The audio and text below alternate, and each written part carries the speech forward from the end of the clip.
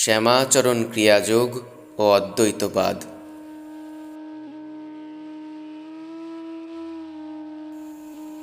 গুরুকৃপা চাহিতে হয় না, তাহা গুরুর আজ্ঞামতে কার্য করিলে আপনা আপনি না চাহিতে পাইয়া থাকে। গুরুকৃপা সকলেই চায়, সকলেরই কাম্য, কিন্তু কেমন করে পেতে হয় তা সকলে জানে না।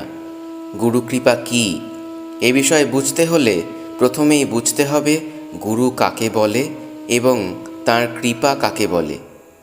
শাস্ত্র বলছেন, আত্মা হবৈ গুরুরেকা, আত্মাই গুরু।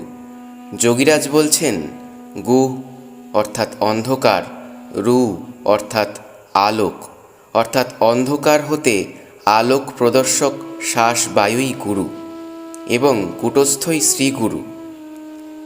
শ্বাস প্রশ্বাসের যে চঞ্চল গতি, সেই গতি জীবের বর্তমান অস্তিত্ব। শ্বাসের এই গতিময় অবস্থাই জীবের কাছে অন্ধকার দিক, কারণ গতি থাকার দরুন জীব স্থিরত্বের হদিশ পায় না এবং স্থিরত্বের হদিশ না পাওয়ায় প্রকৃত প্রস্তাবে আলোর সন্ধান পায় না। এক কথায় জীবের যে বর্তমান গতিময় অবস্থা, এটাই অন্ধকারের দিক এবং এর বিপরীতে যে স্থিরত্ব, তাই আলো বা জ্ঞানের দিক। তাই যে কোনো প্রকারে জীবকে স্থিরত্বের হদিশ করতেই হবে। এই স্থিরত্বের দিকটাই প্রকৃতপক্ষে গুরুপদবাচ্য এবং মহাস্থিররূপী অবস্থাই শ্রী গুরুপদবাচ্য। অতএব সত্যিকারের গুরু হলেন স্থির শ্বাস।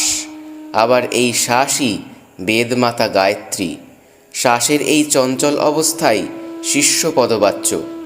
এই শ্বাসকে ধরেই অর্থাৎ প্রাণকর্মের মাধ্যমে তাকে স্থির করতে হবে। যেমন কাঁটা দিয়ে কাঁটা তোলা। যতই শ্বাস স্থিরত্বের দিকে অগ্রসর হবে, ততই গুরু এবং ক্রমান্বয়ে শ্রীগুরুর হদিশ পাওয়া যাবে। দেহধারী গুরুর কর্তব্য হল কেমন করে এই শ্বাসকে স্থির করতে হয় তার পথ দেখিয়ে দেওয়া, কারণ তিনি নিজে এই কর্ম করে শ্বাসের স্থিরাবস্থার উপলব্ধি করেছেন।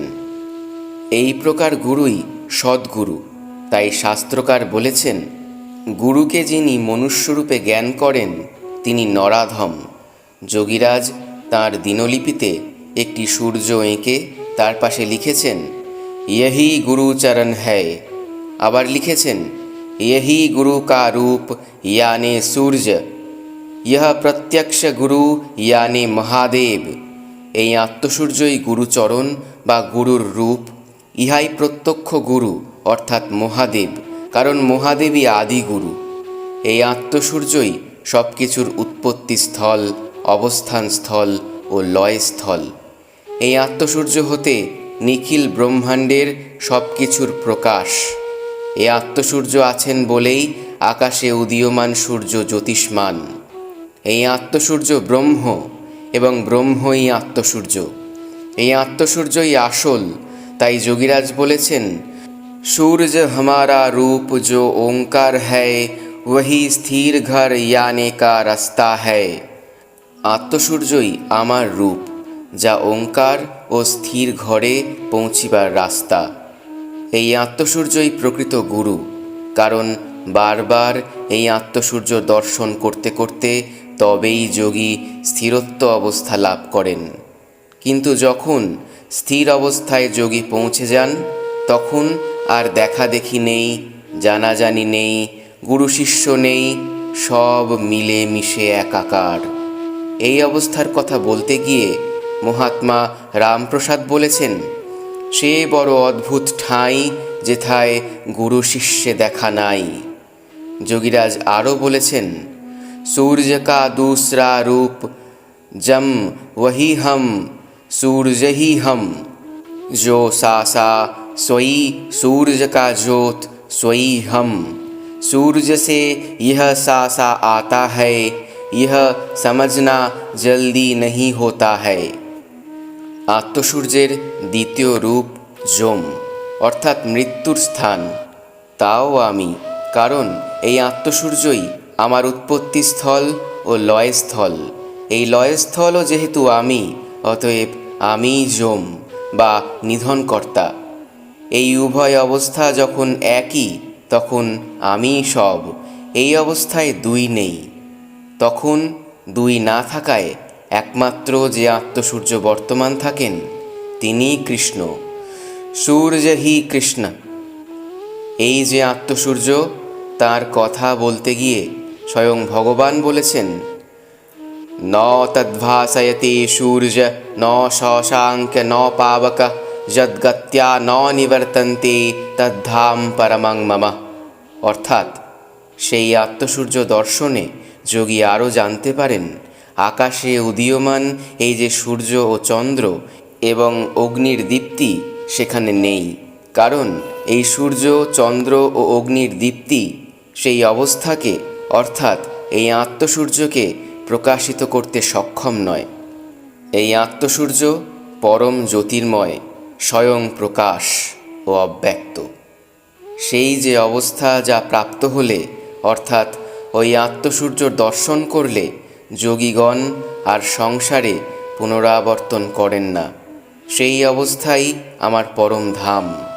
এই আত্মসূর্য সম্বন্ধে কঠোপনিষদে বলেছেন, ন তত্র সূর্য ভাতি ন চন্দ্র তারকে নেমে বিদ্যুতো ভান্তি কুতয়মগ্নি তমেব ভান্তমনুভাতি সর্বং তস্য ভাসা সর্বমিদং বিভাতি। যেখানে সূর্যের কিরণ পৌঁছায় না, চন্দ্র তারকার কিরণও পৌঁছায় না, বিদ্যুতের দ্যুতিও তার অপেক্ষা উজ্জ্বল নয়, এই অগ্নির তো কথাই নেই। তিনি নিত্যকাল দেদীপ্যমান আছেন বলে এই দৃশ্যমান সূর্য, চন্দ্র, তারা তাঁর জ্যোতিতে জ্যোতিষ্মান।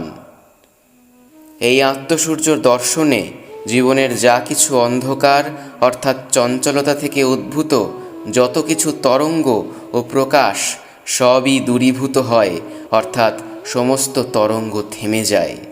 এই আত্মসূর্যই প্রকৃতপক্ষে গুরু পদবাচ্য। গুরুর যে বর্তমান দেহ তাও বিনাশী, কিন্তু গুরুর ওই দেহের ভিতরে যিনি দেহী তিনি অবিনাশী, তিনি আত্মসূর্য। তাই যোগীরাজ সকলকে বলতেন, আমার এই হারমাস দেখিয়া লাভ কি? কুটস্থে লক্ষ্য রাখুন, তাহাই আমার রূপ। এই হারমাস বা আমি, এই শব্দও আমি নহি, আমি সকলের দাস। এ বিষয়ে তিনি আরও বলেছেন, সেই গুরু ভগবানে লক্ষ্য রাখিতে বিধিপূর্বক চেষ্টা করুন, ইহাতেই মঙ্গল। আত্মাই গুরু, সেই অব্যয় অবিনাশী গুরুই অহৈতুকী প্রেমের উদাহরণ। তিনি অতি নিকটে, সর্বদা সকলের কাছে আছেন, ইহাতেও কেহ তাহার অন্বেষণে যত্নবান নহে। এবার সেই গুরুর কৃপা কাকে বলে দেখা যাক। কৃপা, ক্রি ধাতু কর্ষণ করা, পা অর্থাৎ পাওয়া বা লাভ করা, অর্থাৎ এই দেহরূপ ক্ষেত্রকে প্রাণকর্মের দ্বারা কর্ষণ করতে করতে যে স্পন্দন রহিত নিবৃত্তিরূপ শাশ্বত স্থিরত্ব পদ লাভ হয়, সেই অবস্থায় কৃপা পদবাচ্য। আবার এই অবস্থাকেই শ্রীকৃষ্ণ বলা হয়। অতএব এই প্রকার কৃপা লাভ করা প্রাণকর্ম সাপেক্ষ। এই প্রকার কৃপা অর্থাৎ এই যে স্থির পদ, নিশ্চলং ব্রহ্ম উচ্যতে, তা চাইলে পাওয়া যায় না। এই প্রকার কৃপা ভিক্ষার বস্তু নহে, কর্মের মাধ্যমে প্রাণকর্মের দ্বারা অর্জন করতে হয়। তাই যোগীরাজ বলেছেন, গুরু কৃপা চাহিতে হয় না, গুরুর আজ্ঞামতে কার্য করিলে আপনা আপনি না চাহিতে পাইয়া থাকে। অতএব গুরুবাক্য দৃঢ় করে গুরুর উপদেশ মতো ক্রিয়া করতে থাকলে স্থির প্রাণে ভগবান বোধ আপনা হতেই হবে এবং তা একদিন প্রত্যক্ষ হবে, ইহা অতীব নিশ্চয়। অতএব ভয়ের সহিত ক্রিয়া করলে সঠিক ক্রিয়া করা হয় না এবং সেই রকম ক্রিয়া দ্বারা নিজেকে রক্ষা করা যায় না। অতএব সমস্ত প্রকার ভয় ও সন্দেহ পরিত্যাগ করে ক্রিয়া করলে মরব কি বাঁচব, লাভ হবে কি মন্দ হবে, এই রকম সমস্ত প্রকার আশা নিরাশা ত্যাগ করে ক্রিয়া করলে তবেই নিজেকে রক্ষা করা যায়। অতএব স্থির পদই যে কৃপা, এতে আর কোনো সন্দেহ নেই, এবং সেই কৃপা সাধন করে অর্জন করতে হবে, এছাড়া আর কোনো বিকল্প নেই। তবে কোনো ব্রহ্মজ্ঞ পুরুষ যদি কাউকে কোনো প্রকার কৃপা বা আশীর্বাদ করেন, তবে কি তা বিফল হয়? তা কখনোই নয়।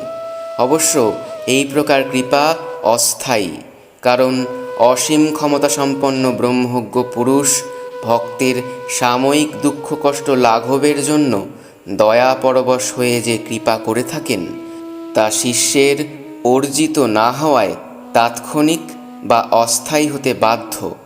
এই প্রকার কৃপালাভে ভক্তের সাময়িক উপকার সাধিত হয় নিশ্চয়ই, কিন্তু সাধক যদি গুরুর আজ্ঞামতে কার্য করে স্থায়ী স্থিরত্বের হদিশ পায়, সেই অবস্থার যে কৃপা তা স্থায়ী হবে, কারণ এই অবস্থা তার অর্জিত সম্পদ। অতএব এই অর্জিত সম্পদরূপ যে কৃপা, সেই কৃপা যাতে সকলে লাভ করতে পারে, তার কথাই যোগীরাজ বারবার বলেছেন। অর্থাৎ সদ্গুরুর আজ্ঞামতে কার্য করো এবং ক্রিয়ার পরাবস্থায় স্থায়ী স্থির ঘরে অবস্থান করো। তখন দেখবে কৃপা বা আশীর্বাদ চাইতে হবে না, আপনা হতেই পাবে, এবং তা স্থায়ী সম্বল হবে।